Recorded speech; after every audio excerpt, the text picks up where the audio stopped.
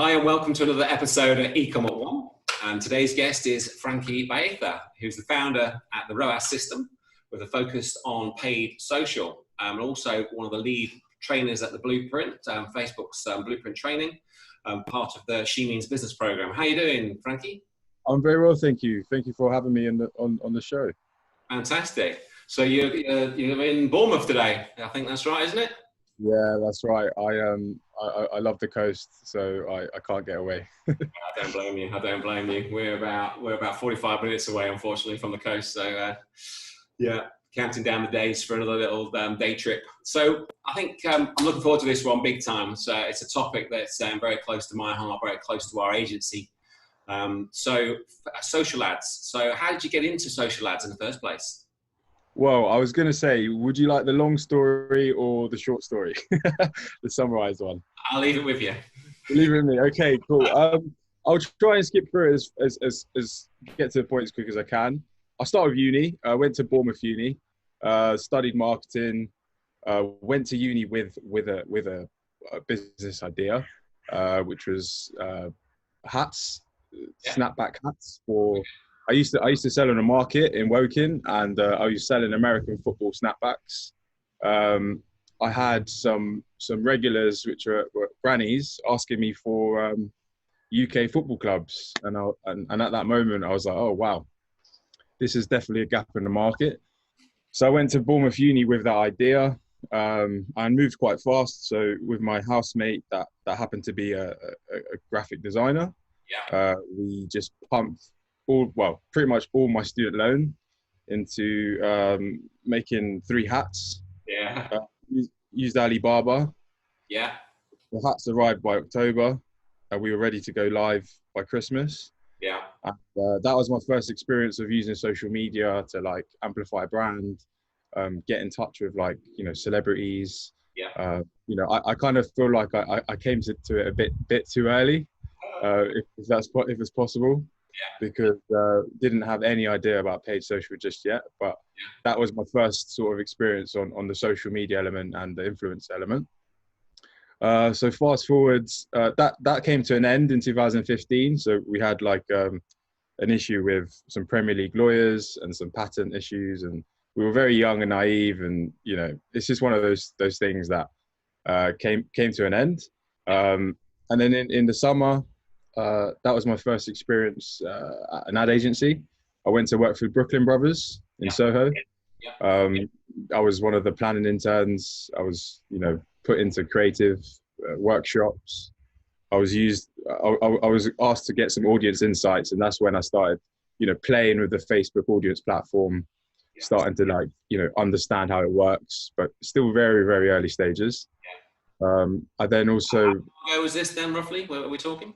This is in 2013. 13, yeah. Oh, wow, yeah. Yeah, this is a while ago. But then through that summer, I spent a bit more time with, I hopped around quite a few internships. I had a great experience with a guy called Andy Batman. He was like a consultant and is now like one of the leads at Monster Energy. But his strategy formulation and the way he came up with things really helped me, because I was very keen to start my own thing. And I actually went back to uni again with another idea. Was a drink, a relaxation drink, which again, it's all naivety, right? It's part of the process, isn't it? It's part of the process, yeah. But scaling a drinks company is something that requires a lot of funding and a lot of thought process, distribution, bottling, packaging. It just didn't come across my mind, but he was very helpful in sort of making me realize that it's probably not the best thing to pursue just yet. So I stuck at it, went back to uni, finished uni, and then in 2014 I had my first job at a startup, which was my introduction to the tech world. It's called Droplet, and it was a financial services company. It was essentially a mobile wallet. They were, again, too early to the game. They this was pre-Apple Pay, 2014, and also pre-Monzo, and yeah, so it was a really interesting experience there. I was made unofficially a growth hacker, which was quite hard to explain to my mum. She's like, "You're getting paid to hack?" I was like, "No, mom, no, it's a real job title in San Francisco. I promise you." Like, I had to explain that to her, and that gave me a real excitement about, you know, user acquisition and you know, where I kind of wanted to pursue my career, especially in tech. Yeah. I actually got made redundant along with all my colleagues quite like a year into the job, basically, which was also like another eye opener, as the tech is very like, things can go wrong very easily if funding doesn't continue. But luckily I managed to pursue another job in tech, which was with a company called Icon, and they were doing a marketplace for footballers to commercialize their social followings. Yeah. So like footballers now, I mean, I'm sure you're aware of this, but footballers now have more followers than the clubs themselves. Yeah. And what these people wanted to do is commercialize the names of the footballers into licensed products. Yeah. So there was a lot of analysis on teams, Yeah. and the most influential players in the teams, and trying to sort of capture the right players and the right clubs to get those deals. And that was, again, was a great experience in the social space, but not yet paid social. Yeah. Yeah. And then if I fast forward that to 2015, I started have you heard of Product Hunt? Yes, where you, I have, it's it's like a group buy type thing. Yeah. So Product Hunt is it's kind of like an aggregator or you know, like a forum for tech products, and it's updated every day. Also, yeah, software, apps, it could be hardware, anything techie, primarily techie stuff. Yeah. And it was started by a guy called Ryan Hoover, and I loved the product. I used to use it every day, and I decided to use that model and try to do it in fashion. So because I still love the clothing industry, I didn't think I'd go back into it, but I wanted to sort of amplify the small clothing industries in the UK. Yeah.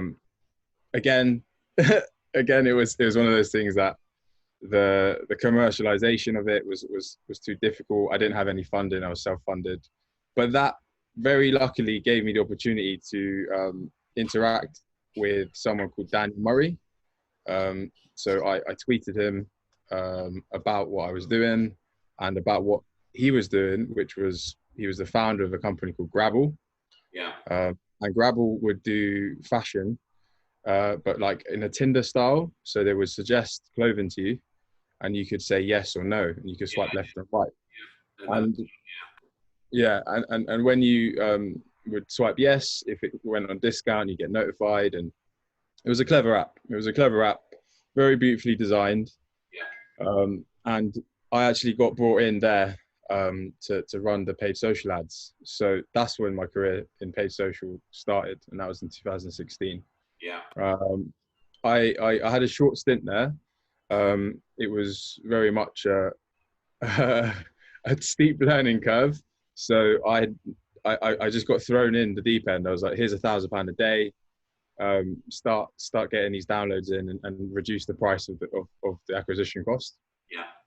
And it was very much a learn. I was very lucky because the guy teaching me was his name's Jack, and he was very experienced in the dating sector, which is obviously a massive spender on social ads.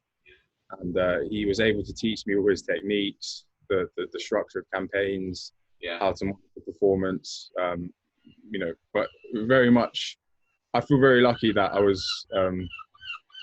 Please excuse me, guys. I was very lucky that I got put into the deep end straight away, because it forced me to learn the product very fast. and I was, I got comfortable with Power Editor pretty quickly, Yeah. which made it really easier to do mass edits and stuff like that. Yeah. And yeah, it was good. I mean, we generated over 120,000 app downloads in like four months. Yeah. Yeah. So that was a really good stint for me. Yeah. It wasn't feasible to stay on for reasons that became clear like a year after. They closed down after a year and a half, but they actually forwarded me on to work for Born Social. They introduced me to Born Social, which was one of the UK's, I wouldn't say it's the first, but probably one of the first agencies to primarily focus on social, especially in London. And they brought me in as their first advertising manager. So they didn't have any paid specialists at the time, which was an eye opener. It was an eye opener. I was like, oh my goodness, there's a lot to do here. And that, I think, was the real learning curve for me in terms of, I was brand side with Grabble, and now I'm going to the agency side, and I'm seeing like how many industries, how many different types of businesses, different types of objectives that they all have, different audiences that they all have. With your agency side or in that environment, you're not siloed into one set of campaigns, one industry, one maybe objective type, etc. You get in and you get to see the whole world out there and what's possible, and then obviously from that, you are where you are today. So yeah, it was a great experience. It was the variety of clients is what probably made me realize that the power of the Facebook product, from D2C, from services, financial services. It was so broad. It was amazing to see that. And yeah, it was a really fun experience there. It was a nice small team. I think they've grown now quite significantly, and got, only gone to get bigger and bigger accounts. But yeah, it was a great experience. Brilliant. That was my first experience. Brilliant. So, and here we are today then, and obviously working on a lot of different projects, a lot of different, obviously over the years, a lot of different types of accounts. Talk about B2B, B2C, and different elements of whether it's e-com, lead gen, etc. But what are sort of the main objectives you're focused on when you're working on social? Richard, sorry mate, I've lost you here. Oh, can you hear me now? Yeah, I can hear you, man. Sorry. Apologies about that. Not sure. Okay, I'll just re-ask that question and then we'll edit that out. Okay. So obviously a lot of different types of client you've been working with and different companies you've worked for, etc. Obviously working directly for Facebook, etc. And you've got a lot of experience in all different account types. So what would you say are the main objectives that you focus on when you're working on social ads? It has. I would say I've worked across pretty much all objectives. My now primary focuses are lead gen, app acquisition, so app downloads and conversions. They tend to be more high level, performance based, and drive the real business results. But there is still, I believe, a lot of value in the brand side objectives such as reach, video views, because they do deliver fantastic value for money in terms of CPMs, and obviously you can build a very very engaged audience via video, which is a really interesting way to, if you don't have an audience, let's build one, and that's the quickest way to do it. So if TV could say, if TV ads, if it was possible to understand the attention on an ad, and then if someone was fully focused on an ad, you could send them an email straight away. That'd be pretty powerful, right? So we're saying, for the guys that are listening, we're saying that using video ads to promote the brand using CPM, is that what we're saying? So no, reach would be optimizing on CPM. Video views would be optimizing on a cost per play or through play. But those sort of metrics are on the brand side. Yeah. Those are the ones you'd be optimizing for on that end. Yeah. And yeah, what I'm saying essentially is the costs of that are very effective, used on a whole top to bottom strategy. So, use that top end to then filter them down to then more direct style campaigns where we can target ROAS potentially. Exactly. Versions. Yeah. Exactly. Yeah. Okay. So we've got a lot of different people on the podcast listening in, that are ranging from sort of, I think we talk a lot about AdWords, and we've got a lot of people on the AdWords side of things, but I think social ads definitely less so. And I think more, I think people are definitely more sort of open to Facebook ads than they were, every 6 months ago, 12 months ago, and so on. But for those guys that are sort of wanting to start out on Facebook ads and social ads, where would you say is a good starting point, and what sort of advice would you give to those people? I would say the starting point, and this seems obvious, but start on the presentation of your social organically. Yeah. Start on your page, making sure you fill out all the sections that you can, the functionalities that you can. Use the organic features. There is a lot of them. You can have an about section, you can have your cover photo, which can be a video as well. You can set up, there's loads of different types of formats of posts that you can post, from events to polls to galleries of photos. So I'd say get comfortable with that first, because obviously it's one thing having a personal Facebook profile. Yeah. It's another thing having a business profile. Yeah. And what I find is there are a lot of businesses out there that will invest no time at all into their organic and then go straight into ads and expect results when, that does have an effect on your overall performance. I think the guys that are listening, you just got to think, haven't you, that you're about to press the button and go live on ads. And then the reality is, you're not familiar with the platform, but then those people that are then going to maybe go to your page, which is inevitable if someone's going to take a commercial decision or even just take somebody seriously, and you've not posted for 3 weeks, or your photos and the way it's built out, it's quite amusing. But I think I saw an ad. The other week, or I think I saw an ad promoting sort of a dodgy ad, if you like, that said, there's a guy saying that he'll teach you how to get 1 million followers on Facebook, and his ad had been live for like 2 months, and it had like 3 likes. Okay. It's not going to work out too well, I don't think.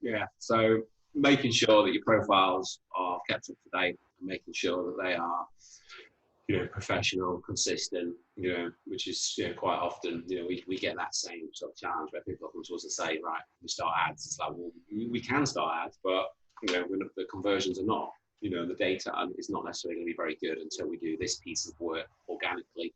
So would you typically help them with the organic, or would you sort of more educate them and get the clients? Yeah, I wouldn't, I'll be honest, I wouldn't touch the organic, but I would educate them to say, look, I'm not going to be able to work with you until you have this set up, and until you understand the functionality on the page end, it's not even worth talking about the ads yet, because there is a lot, it's not really, it's a great thing for enablement and engagement, right? If someone actually actively follows your page, that's essentially them subscribing to your content. I want to engage with the company, or this company interests me, or this organization interests me. So, it can be a tough one, because obviously you can't directly prove return on ad spend or return on investment through social organic. Like, it's very difficult to do that. But essentially it is such a vital part of the performance of the overall ads, and also just how, like you said, the perspective. If I click on a page and the last post was 2018, but the ads are like, fully, like, there's loads of variants of the ads and stuff, you realize that the company is only focused on one thing, which is revenue and generate profit, which is fine. It's completely fine, but it's very obvious when you do that. Yeah, you're just less likely to purchase, aren't you, as a consumer? If you do go and look at the page, it's like, okay, yeah, a lot of people still will, but your ROAS isn't going to be as good as you want it to be, I don't think.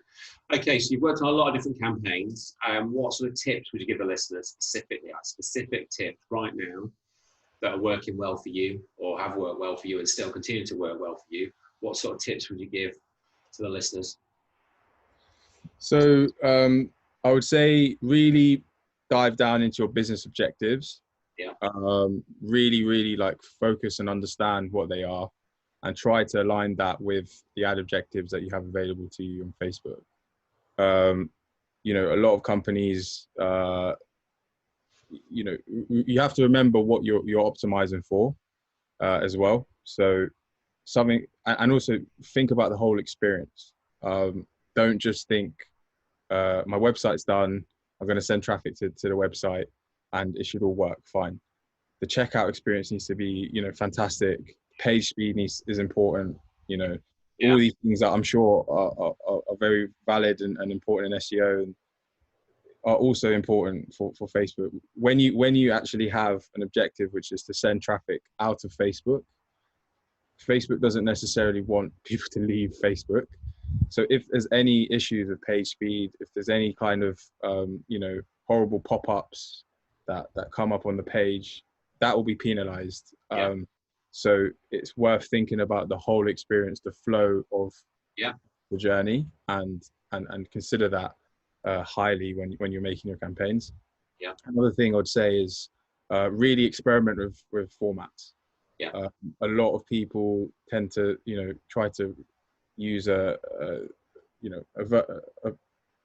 horizontal image, which I wouldn't touch anymore. The only types of creative I use are 1x1 squares and 9x16 vertical or 4x5 vertical.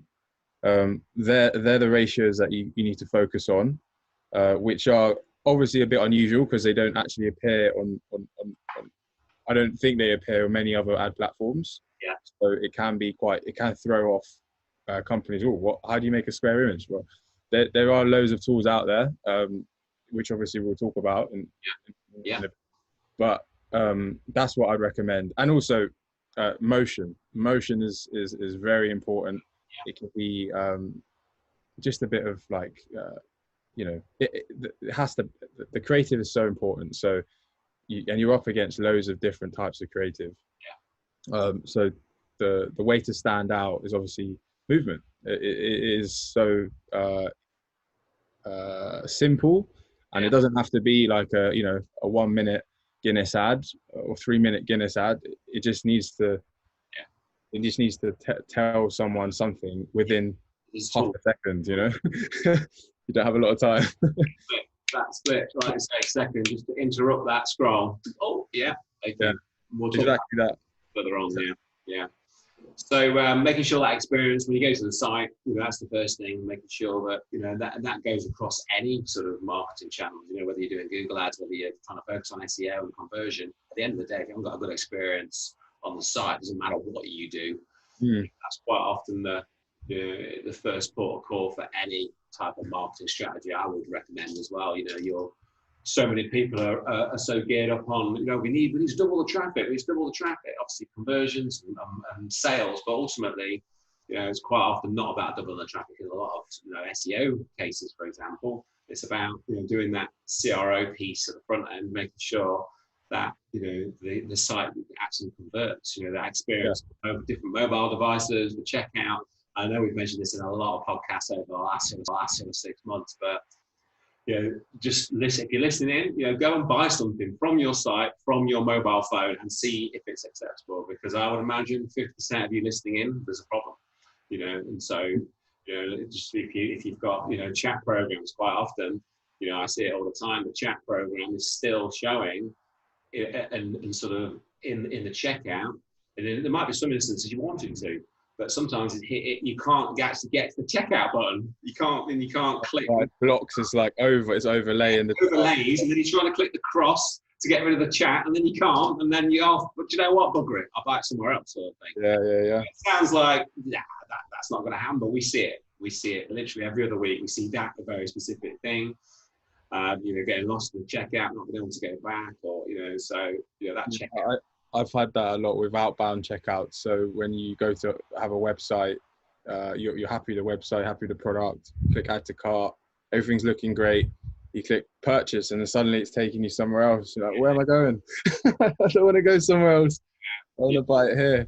You've not properly set up their Sage Pay or whatever it may be. They're going off to the third-party checkout, and then you're like, whoa, I'm not putting my credit card in there. Basically, you need to spend half a day with your dev and get that fixed. It's that simple. Yeah. So if obviously we've got a lot of guys that probably will be running ads as well that are listening. They're looking at their ad campaigns, they're looking at the different campaigns they're running. Now, if you're looking at an ad campaign that isn't performing, what sort of things do you look at specifically?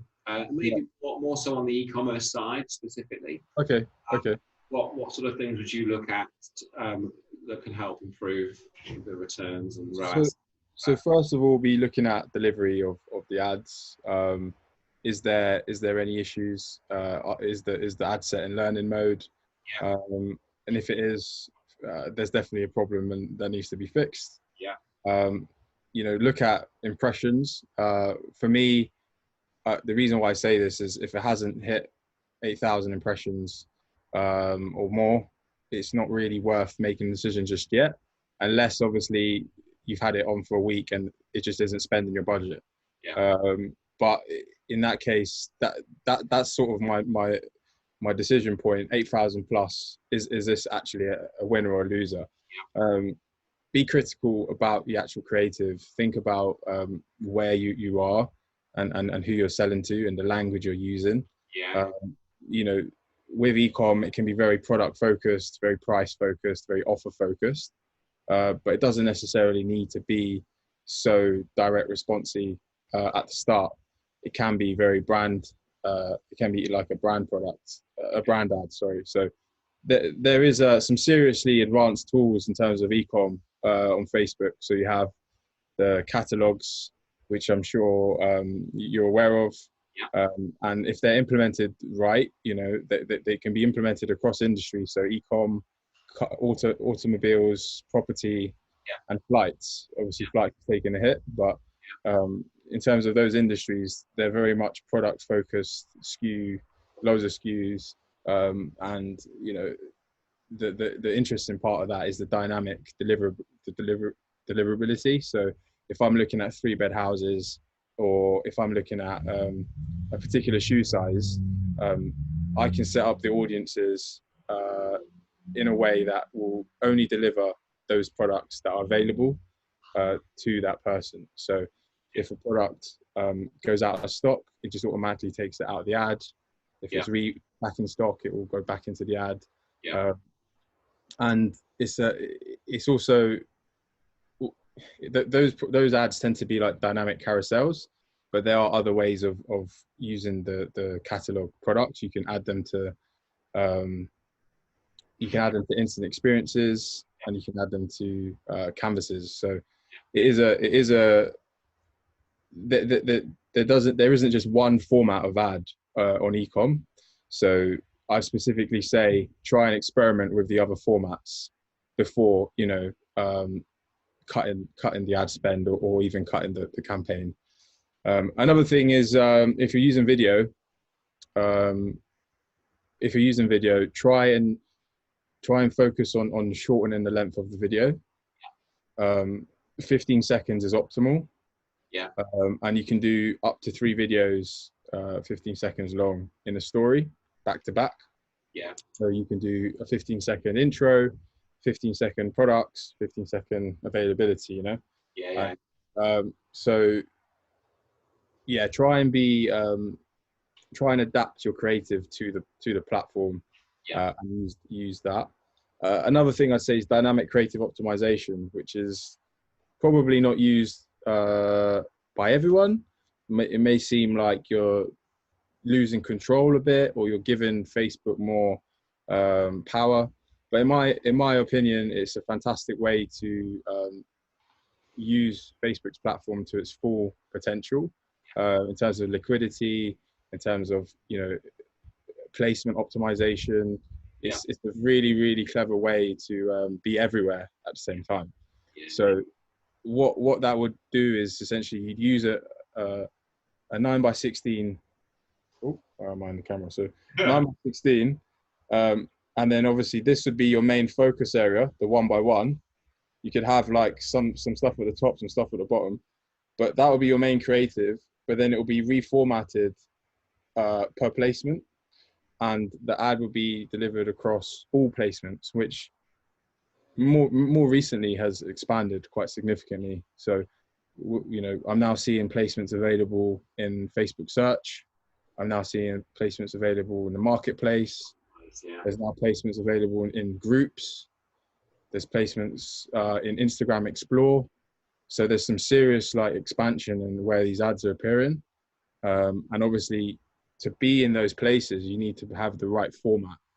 So I think, guys, listening to that last 2 minutes there, you know, I would stop the podcast right now and just rewind, because there's some real nuggets in there, you know, the newer placements. And I think this is where I personally think, and hopefully you agree, you know, that Facebook is really developing that you know, that ability for products, the DPA, as we refer to it, dynamic product ads, to be able to use those catalogs to create catalogs of products, subsets of products, different types, whether it's all your products.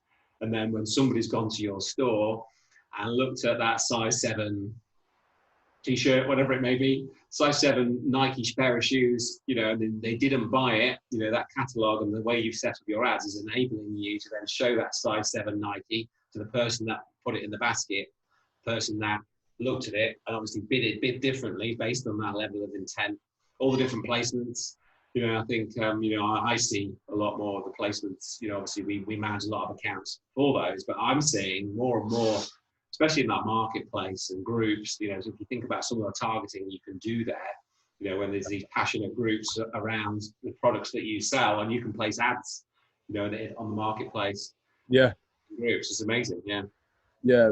Marketplace, I think, is a very interesting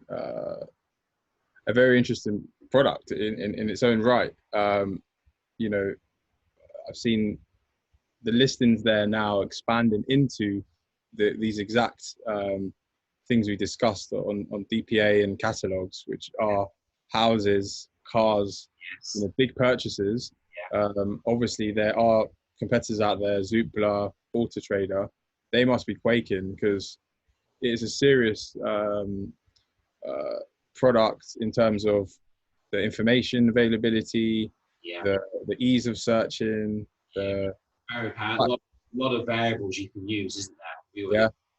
So, well, literally just before lockdown, so 7 months ago now nearly, we were about to start a project with a villa company, and you know, exactly the same from your holidays at the end of the day, booking a 5-person, an 8-person, a 10-person in a country, you know, all the different variables that you have with an e-commerce SKU, you know, you have with holidays, you have with cars. So that, you know, Facebook's offering there is very much like, you know, it's so unique that, you know, so the ability then to show, you know, that family of 4, their holiday that they looked at 3 weeks ago and similar holidays and reviews for that same property they looked at and the availability and the pricing and you know, the fact that there's only 2 left, you know, in August for the family holiday. It's like, whoa, it's some good stuff. And it's mad to think there was a time where that was all done manually. You know, this was all done manually by, you know, lists being updated every day, audiences, exclusion lists. Oh God, and it gets messy. You know, it gets really messy, really time consuming and quite boring. And you know, this is why the product evolvement has been so interesting to see, because in such a short space of time, it's now almost completely automated. You know. So yeah, very, very interested in sort of those new placements and making sure that, you know, you're using the right formats for those placements. Lots to look at there. So obviously you've worked on a lot of ad campaigns over the years and continue to do so. What's some of the best ad campaigns you've worked on and why have they been so good? Yeah. I think in terms of the impact it's had on my career, and also just for the client and for the agency, I'd start with Born Social. There's three that come to mind. I'll start with Born Social and say it was Backyard Cinema. So in 2016, they came along in October to talk about their Christmas show. And this is the first time I was given a significant budget at Born Social, and also some time to think about how to do this, rather than let's boost some posts and which was the standard thing at the time. So this was the first like real, let's think about this strategy, and we came up with a really interesting. This is why I say using the brand side objectives and the direct response side objectives are so powerful, because we started off with reach campaigns across London with videos and instant experiences, just to show people what they were, what was available, what were the films available, when it was launching, etc. And that was on the start of the campaign. Even through that, already we were generating revenue, so it was a good sign that this was a product that would be easy to sort of shift. And then we retargeted those video views with web traffic campaigns, which again was driving revenue and driving return on ad spend. But then obviously with that traffic, we can now retarget the traffic, create lookalikes off the back of the traffic, and do conversion ads. Yeah. And we actually managed to sell out tickets with less than 70% of the budget. Yeah. And we actually made like it's a ridiculous return on ad spend. It's like 825 or something like that. Usually 5 times. Yeah. Yeah. And it was that actually to me was the first time I used the ROAS measurement. Yeah. And that's actually the first time I was like, this is the number. This is the number that everyone's gonna be talking about. And that actually did music to my ears. Yeah, and that's what actually made me realize that I wanted to start my own. Well, when I was to start my own, I would be calling it ROAS Systems. Yeah. And that's what I'd be focusing on. Yeah. That was awarded Best Paid Social Media Campaign by Social Media Communication Awards, and it also won Best Paid Media Campaign by the Drum Dadi Awards. Yeah. So it was a really awesome to be part of that. I wasn't actually at the agency when they picked up but it is what it is. Yeah. What happens when you hop around too much? Another campaign that sticks out is I was working for an agency called Ality. We had a client called Anchor, and they're like care home Anchor Jobs. They're a care home firm, and they were looking to hire across the UK. So what we did is similar style in terms of three-pronged approach of driving the reach at the start, retargeting the reach with conversions over the line. But we were actually using the Facebook Messenger to pre-qualify the candidates, which then made the interviews a lot smoother and a lot more effective. So they had a 23% conversion rate on job applicants and a 68% lower cost per applicant. So yeah, it was a really good project to work on. The actual bot I didn't have anything to do with. It was another guy at the company, an absolute wizard, because it required some serious code and some really clever ways of one of the questions was, where are you based? Please enter your postcode. You put your postcode in, it would run a search alongside your radius, whether or not there was jobs in the area. And then obviously you could be given, straight away the jobs that are available for you to apply for. So really clever products, really clever campaign. And yeah, I think it made some waves in the recruitment industry in terms of. I like that. Yeah. I think the different APIs and using automations and scripting. So that's the Facebook Developer API, hooking in with recruitment data. Yeah. Yeah, amazing. And then the last one was last year. Well, it took me a long time.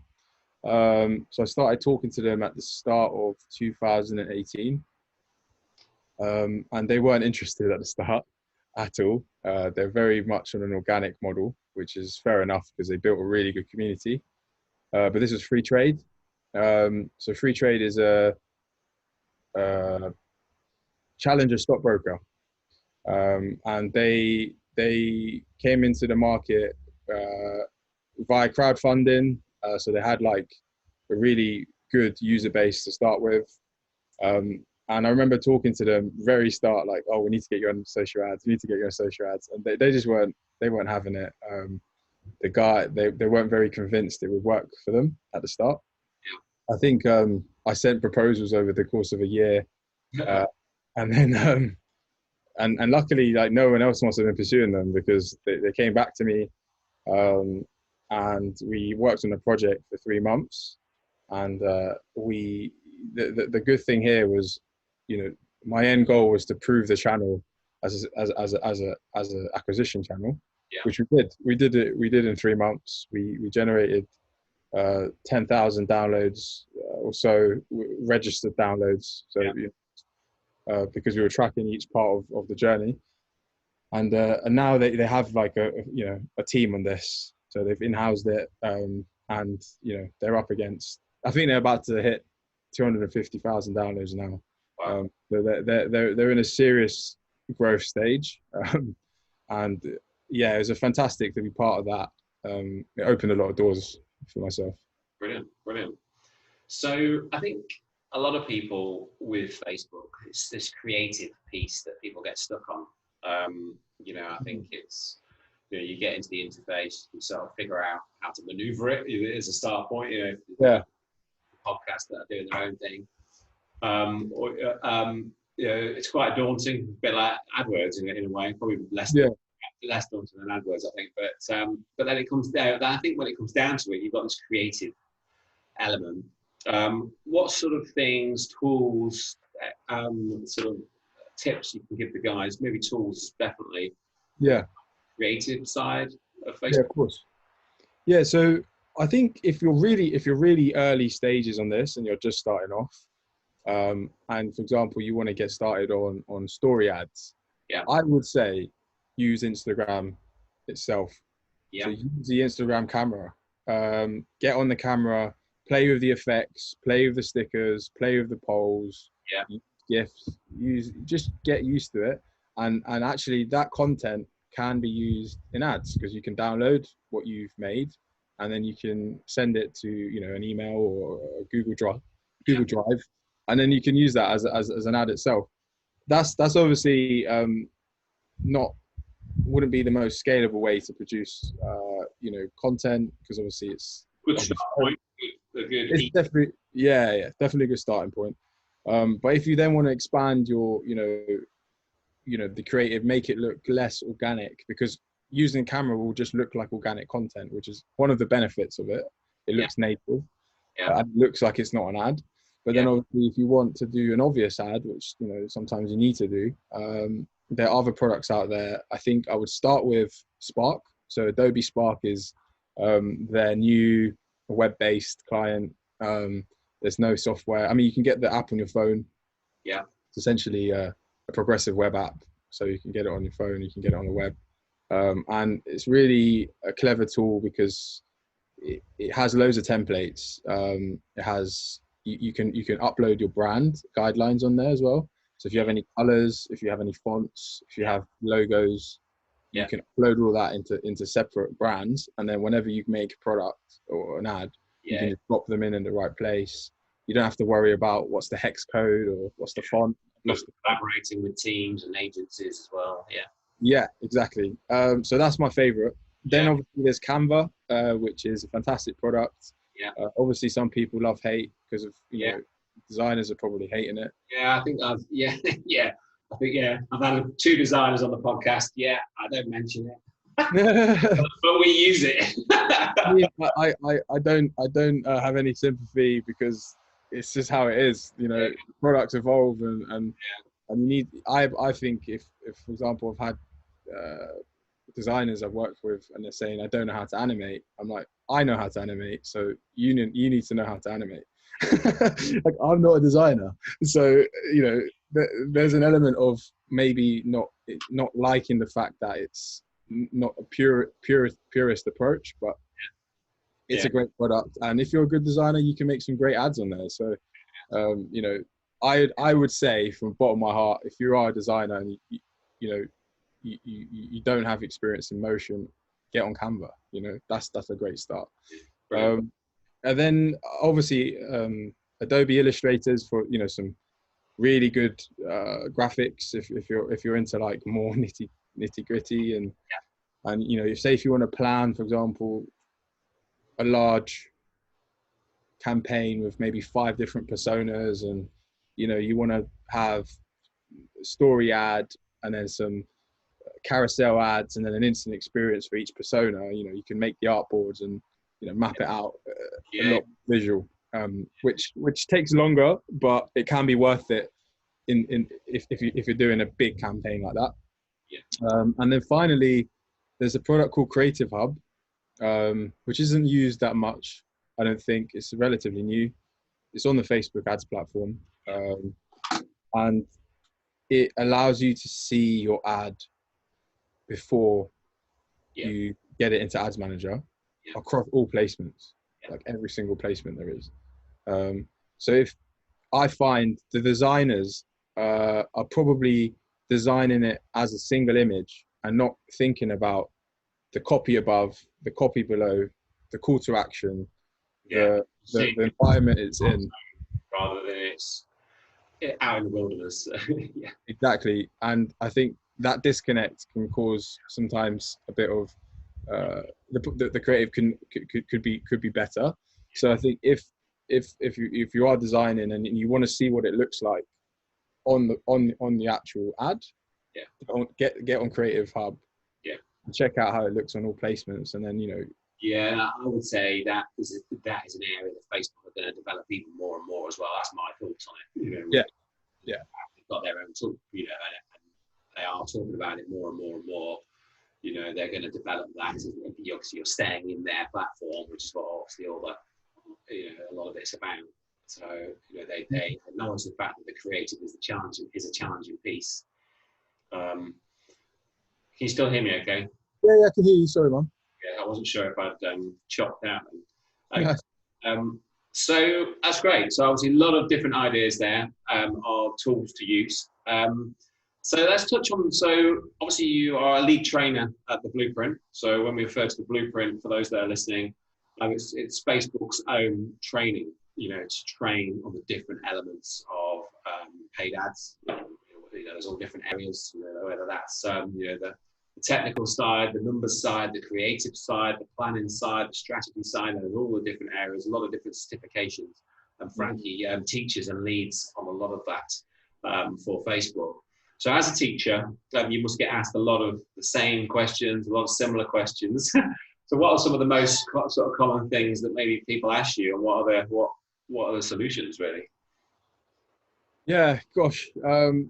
So I would say, you know, because it's such a large platform, and because there's so many, it can be overwhelming, right? You get on ads platform and there's so many buttons, there's so many places to start. So I think that the main questions that come through is, you know, the creative, like what creative should I use? Why should I use it? Audiences, you know, like how in depth, how granular do I go into my targeting? And then finally budget. And what's interesting is these 3 things are completely unique to your business every time. There is no blanket response to any of those questions. The creative can be, you know, if you're selling a hot product that everyone wants, there's no need to do brand ads, so you can focus on direct response. If no one's heard of you and you do direct response straight away, you're not going to get any results. So it's very difficult to give, like, this is why it's really interesting to talk to people one-to-one, or in group sessions and actually understand their business. But that's actually one of the reasons why I found agency life so tough, because you actually have to understand the person's business. And when you're working across, I don't know, 40, 50, even more like accounts, how can I, a third party, understand your business better than you do? I don't think it's possible.